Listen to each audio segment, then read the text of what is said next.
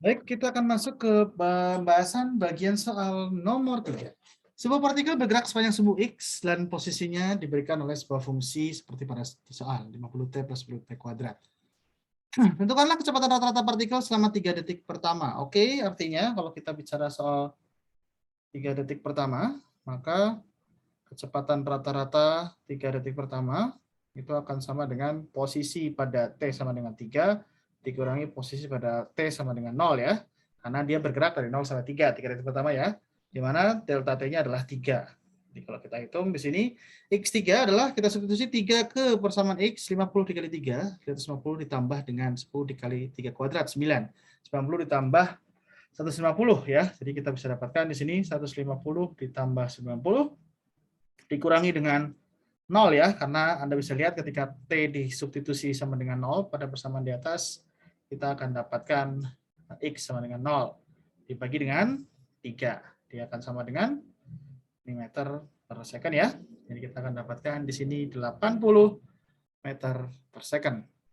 Lalu yang B, kecepatan partikel pada saat T sama dengan 3 second. Artinya kita harus dapatkan ekspresi kecepatan terhadap waktu ya, kita turunkan fungsi posisi X terhadap waktu ya, jadi dx per dt. Jadi kalau kita mau dapatkan V pada saat 3, maka kita substitusi T sama dengan 3 setelah kita turunkan. Jadi artinya kita bisa dapatkan di sini 50 ditambah dengan 2 kali 10 atau 20 langsung ya, kali 3 ya, atau 60. Jadi hasilnya adalah 50 ditambah 60, 110 meter per second.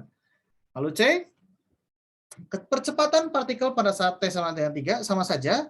Kalau kita mau mendapatkan A pada saat 3, maka kita turunkan atau diferensialkan persamaan V terhadap T, lalu kita substitusi T sama dengan 3, atau jika kita tidak terlalu mengetahui secara gamblang fungsi V terhadap T, maka kita turunkan 2 kali X terhadap T, ya, lalu kita substitusikan T sama dengan 3. Ya, kalau kita turunkan 2 kali ya, setelah diturunkan kan 50 plus 10, 20T, lalu kemudian kalau turunkan lagi berarti jadi konstan ya, 20 meter per second kuadrat. Lalu yang ditanyakan, buatlah sketsa kurva X terhadap T. Anda bisa lihat di sini fungsi X terhadap T itu adalah fungsi parabolik, di mana ketika T sama dengan 0, maka X itu sama dengan 0, dan seterusnya. Nah, kalau kita kira-kira kita sketsa, bentuknya adalah seperti ini. Ya, bentuknya adalah seperti ini. Anda bisa sketsa langsung dengan garis, atau Anda bisa sketsa dengan komputer, it's okay. Yang penting ini adalah parabola dengan bukaan istilahnya pembukaan ke atas karena plusnya 10, dan X pada saat T sama dengan 0, X sama dengan 0.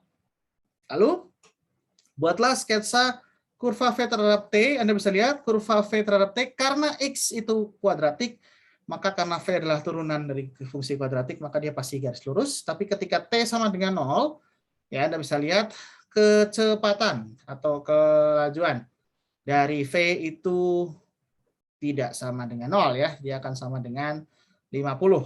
Ya, artinya kurvanya akan berbentuk seperti ini. Anda bisa lihat ya, garis lurus. Ya, kalau kita bisa tuliskan persamaannya di sini xt itu akan sama dengan 50t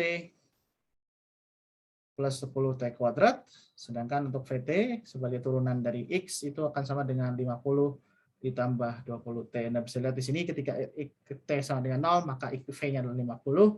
Ketika t sama dengan 1, maka v-nya adalah, kita bisa lihat 50 tambah ya 70. Lalu kita tahu di sini ketika V sama dengan 3, 110. Jadi kalau ketika 3 Anda bisa lihat dia sedikit di atas 100, 110. Ya, berikut pembahasan untuk nomor 3.